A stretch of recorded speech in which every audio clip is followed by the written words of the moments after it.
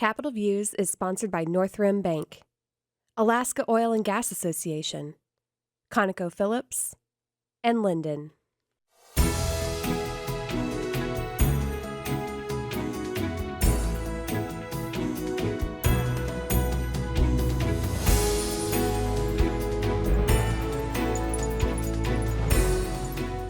Hi, I'm Tim Bradner with Alaska Legislative Digest, and welcome to Capitol Views. And a special welcome today to Senator Gary Stevens, President of the Senate this year. This is Senator Stevens' last session, he tells us, and you are a longtime fixture in the Capitol, Senator. Maybe you could just review quickly. You've been Senate President so many times that people start calling you President for life. But just reflect, how long have you served? When did you start? And maybe a few thoughts on your experiences through the years. Sure, sure. Well, I was elected in '99, appointed or sworn in 2000. So it's been 26 years. I went faster than I thought. A lot has happened in that time. We've been trying to count up things and see what bills I passed in that 26 years, and they add up.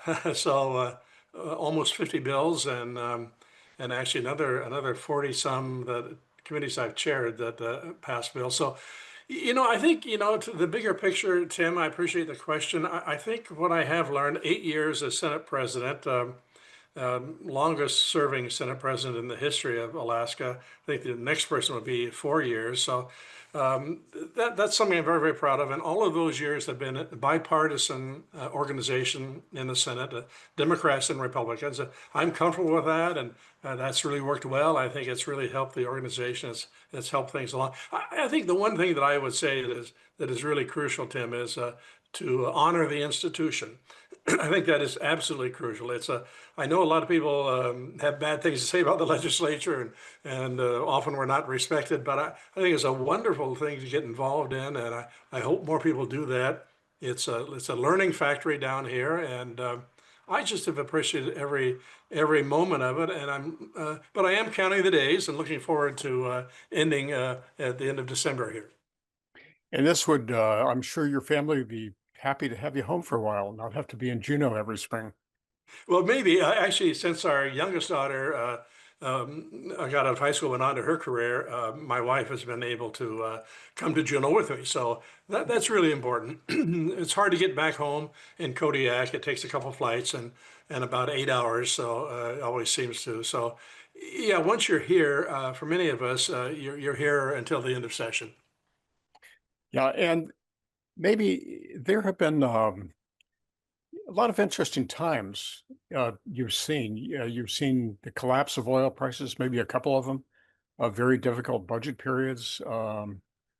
Any, and of course now we're in the midst of another potentially difficult navigation with budgets and revenue proposals and things like that. But any thoughts on what it takes to particularly 2016, 2017, 2018 were extremely difficult. What it takes to kind of navigate times like that. Well, I think it is difficult, and things have changed. When I was first in the legislature, we had lots of money, and oil was high, and we had the funds to do things and do community projects and have a capital budget. That's changed now. Of course, we also had a higher dividend. That's always been a big issue. I think that's one of the big things I've seen change, Tim, is the dedication of people to the dividend. I think many people realize now that you can't have a high dividend and also pay for education and prisons and roads and all those things. So I think the public has adjusted probably more than as much as we have to realize that the permanent fund is one of the big funders of our budgets these days. And I think that means that a smaller dividend, there will always be a dividend, but it'll probably be fairly small compared to what it was years ago. And one of the major accomplishments of the legislature really was in 2018 when we brought in the percent of market value, the permanent fund's contribution to the budget. That was a landmark change. Absolutely, and that was Governor Murkowski who first proposed that idea. You're right. It's really changed things. It's made us realize that we are as much or more dependent on the earnings of the permanent fund as we are on oil revenues. And that was an adjustment we had to make. We simply couldn't continue as we were. And also I'll say along those lines too. I've had some unfortunate things happen. I'm not happy with the changes we made, the credits to the oil companies. I think we have walked away from some funding that we should be receiving from oil that we're not. And those are things that we are not going to be able to change this year. I know we have a bill that would change that somewhat, but unlikely it's going to pass this year. But there's a lot to do in the future. I'm talking with Senator Lyman Hoffman, who is retiring at the same time, and we realize that there's never the perfect time to leave, because we're leaving the next Senate and the next House with as many problems as we found when we entered the legislature. Oh, well, it's certainly going to be an interesting time the next couple of years as we make this transition. Absolutely. Yeah. So what's next for you? You go return to Kodiak, and do you have another career in mind?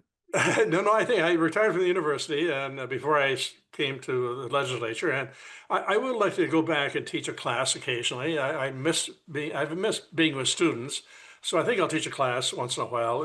Maybe once a year on history of Alaska. And I have to say that what I knew in 1999 about the history of Alaska has changed after 26 years in the Senate and the legislature. I mean, I realized that a lot more of the history that I was really not even aware of. So looking forward to being in front of students again, though I think students have changed in that 26 years too. Well, I have always been impressed also with your really dogged advocacy of civics education in schools. I mean, more than anything, I think we need that these days. And hopefully this year will be the magic year when the bill passes. Yes, I think that's really important. Actually, it was my bill that created the standing committees in the House and the Senate on education. Before that, we didn't have that. It was Health, Education, and Social Service was the committee that dealt with education.